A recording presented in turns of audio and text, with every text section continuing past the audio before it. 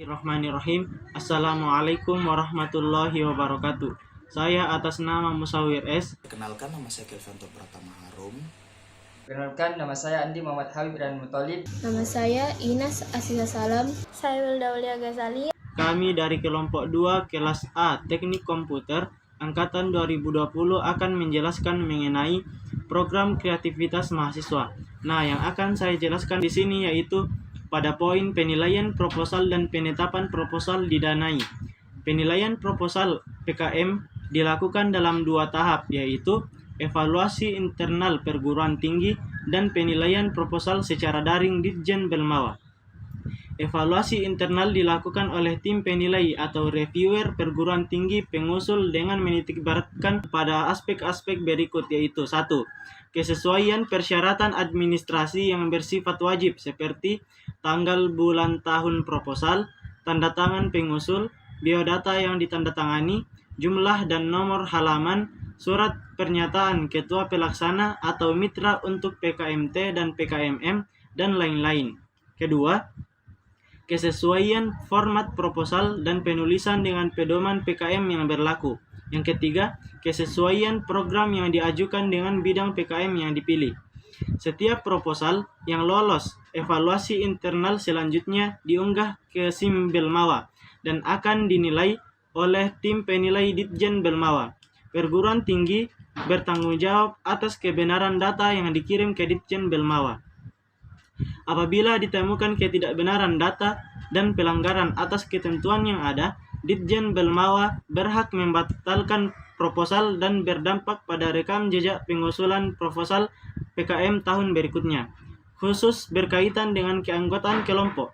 Misalnya, seorang mahasiswa ditemukan menjadi ketua atau anggota pada lebih dari 2 judul, maka Ditjen Belmawa akan membatalkan hibah ketiga yang akan diterima oleh mahasiswa pengusul. Aspek-aspek yang dinilai oleh tim penilai Ditjen Belmawa fokus pada 1. Kesesuaian persyaratan administrasi yang bersifat wajib seperti data atau identitas tim pengusul, dosen pendamping, dan pimpinan perguruan tinggi bidang kemahasiswaan. Biodata tim pengusul dan dosen pendamping yang ditandatangani, jumlah dan nomor halaman, surat pernyataan ketua pelaksana yang ditandatangani oleh ketua tim bermatrai dan diketahui pimpinan perguruan tinggi, surat pernyataan mitra bermatrai untuk PKMT dan PKMM, nama tidak boleh disingkat, dan lain-lain. Yang kedua, kesesuaian format proposal dan penulisan dengan pedoman PKM yang berlaku. Yang ketiga, kesesuaian program yang diajukan dengan bidang PKM yang dipilih. Dan yang keempat, tingkat kreativitas program yang diusulkan yang terdiri dari aspek keterulangan topik, bobot tantangan intelektual, dan menekankan pada aspek kreativitas atau substansial.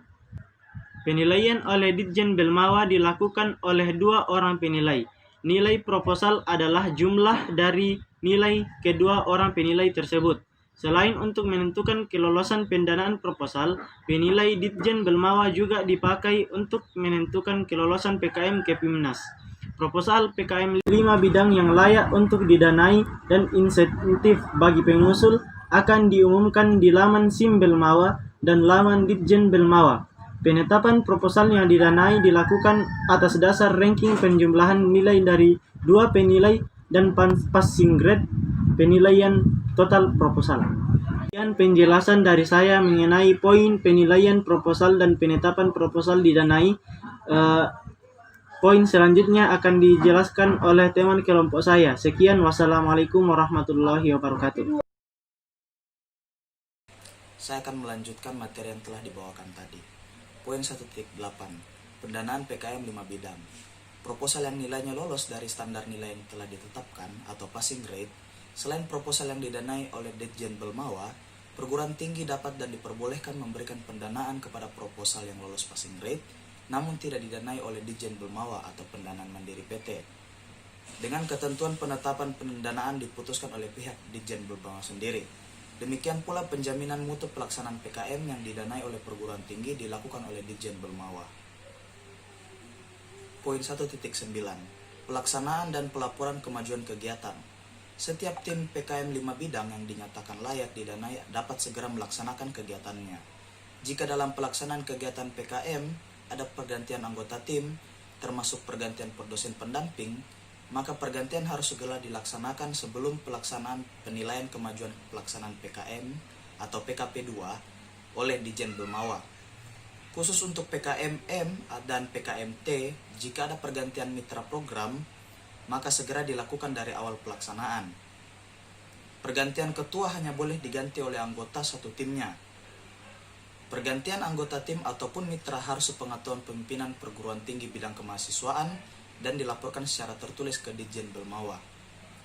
Pelaksanaan kegiatan PKM harus dicatat dan diunggah ke SIM Belmawa yang sekaligus dapat digunakan sebagai sarana pelaporan kegiatan. Kegiatan yang diunggah harus mencakup catatan harian atau logbook, laporan kemajuan yang disertai penggunaan dana, bukti pendukung hasil pelaksanaan PKM, baik itu foto, video, ataupun dokumentasi lainnya. Laporan kemajuan akan dinilai dan menjadi salah satu komponen penilaian penetapan peserta PIMNAS. Sekian penjelasan dari saya, terima kasih. Saya lanjutkan ke teman saya. Selanjutnya saya akan menjelaskan penilaian kemajuan pelaksanaan PKM. Langkah pertama ialah kita harus membuat video, dan langkah kedua kita harus mengunggah video tersebut ke dalam YouTube. Selanjutnya langkah ketiga ialah kita harus men-share link tersebut ke dalam SIM Belmawa dan kita harus mencantumkan laporan tersebut ke dalam laporan kemajuan. Sekian dan terima kasih. Assalamualaikum warahmatullahi wabarakatuh. Saya akan melanjutkan materi yang sudah disampaikan. Laporan akhir kegiatan dan artikel ilmiah PKM. Setiap tim PKM 5 bidang wajib membuat laporan akhir dan artikel ilmiah kegiatan secara tertulis dan mengunggahnya ke laman SIM Belmawa. Laporan akhir dan artikel ilmiah PKM 5 bidang merupakan syarat untuk pencairan tahap akhir dana kegiatan dan menjadi salah satu komponen penilaian kelas di PIMNAS. Tim yang tidak mengunggah laporan akhir dan artikel ilmiah sampai batas waktu yang ditentukan tidak dipertimbangkan sebagai peserta PIMNAS. Saya Wilda Aulia Ghazali akan mempresentasikan materi 1.12 mengenai pengguna sistem SIM Belmawa. Proses pengusulan melibatkan 4 pengguna. Yang pertama, pengguna pimpinan perguruan tinggi bidang kemahasiswaan. Yang kedua, pengguna dosen pendamping. Yang ketiga, pengguna operator perguruan tinggi. Dan yang terakhir, pengguna mahasiswa pengusul. Adapun fungsi dari pengguna-pengguna tersebut, diantaranya yang pertama, pengguna operator perguruan tinggi berfungsi mendaftarkan judul, ketua tim pengusul, dan dosen pendamping. Kemudian membuat akun pengguna mahasiswa dan pengguna dosen pendamping.